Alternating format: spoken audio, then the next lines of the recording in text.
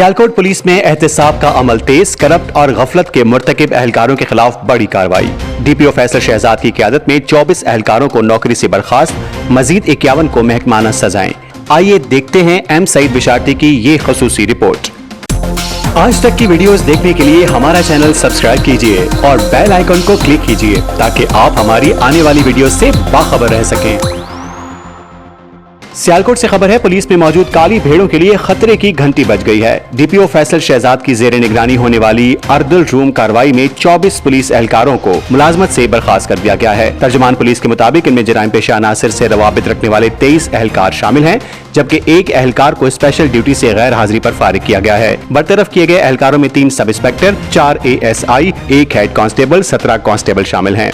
DPO Faisal Shahzad का कहना है कि महकमे में सजा और जजा का मुनसिफाना और मुअस्सर निजाम मौजूद है और करप्शन या गफलत हरगिज़ बर्दाश्त नहीं की जाएगी। इसके अलावा महकमाना कवायद की खिलाफ वर्जी पर 51 एहलकारों को सर्विस जब्ती, संशूर और तनख्वाहों में कटौतियों की सजाएं दी गयी। पुलिस तर्जुमान का कहना है कि फोर्स में सिर्फ वही एहलकार रहेंगे जो दयानतदारी और खिदमत के जज्बे से सरशार हों। सियालकोट पुलिस ने वाज़ेह पैगाम दिया है, अब सिर्फ फर्ज शनास एहलकार ही फोर्स का हिस्सा होंगे।